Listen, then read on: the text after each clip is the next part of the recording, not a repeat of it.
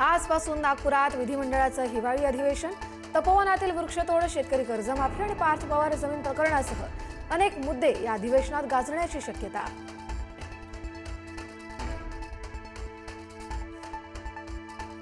यंदाचं विधिमंडळाचं अधिवेशनही विरोधी पक्षनेत्याविनाच पार पडण्याची शक्यता.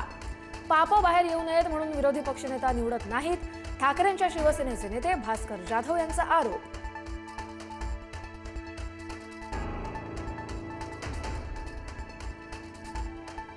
नागपुरात शिंदेंच्या शिवसेनेच्या आमदारांची आज रात्री 8 वाजता बैठक. उपमुख्यमंत्री शिंदेंनी बोलावली बैठक. अधिवेशनात शिवसेनेच्या आमदारांची रणनीती कशी असेल यासह इतर प्रमुख विषयांवर होणार चर्चा.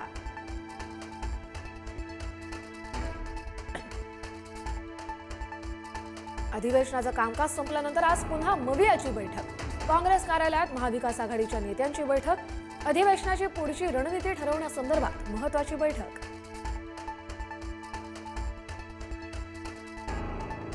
हिवाळी अधिवेशनाच्या पार्श्वभूमीवर उपराजधानी नागपूर हाय अलर्टवर. जैश ए मोहम्मदच्या घातपाताचा धोका वाढल्याचा गुप्तचर यंत्रणांचा इशारा. RSS मुख्यालय, रेशीमबाग, स्मृती भवन, गर्दीच्या जागांवर उच्चस्तरीय सुरक्षा यंत्रणेची करडी नजर.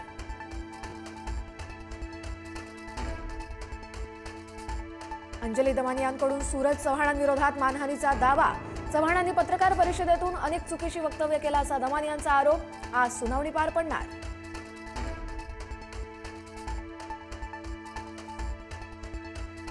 दिग्विजय पाटील 10 डिसेंबरला चौकशीसाठी हजर राहणार. जय पवारांच्या लग्न समारंभामुळे तारीख पुढे ढकलली.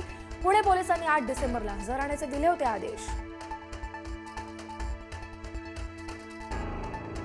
चौकशीसाठी बोलावलेल्या महिलेवर हवालदाराकडून अत्याचार. पालघर जिल्ह्याच्या कासा पोलीस ठाण्यातली घटना.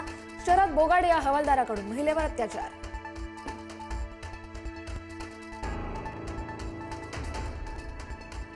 राज्यातील बाल अत्याचारांच्या प्रमाणात वाढ. राज्यात दररोज सरासरी 8 चिमुकल्यांवर लैंगिक अत्याचार.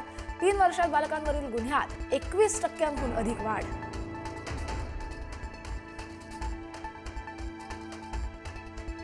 गोव्याच्या नाईट क्लबमधील भीषण आगीचे नवीन व्हिडिओ समोर. इलेक्ट्रिकल फायर वर्कमुळे आग लागल्याचं व्हिडिओतून स्पष्ट.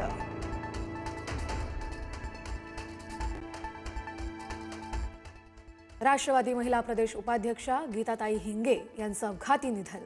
नागपूरहून गडचिरोलीकडे येताना गीताताई हिंगे यांचा अपघात.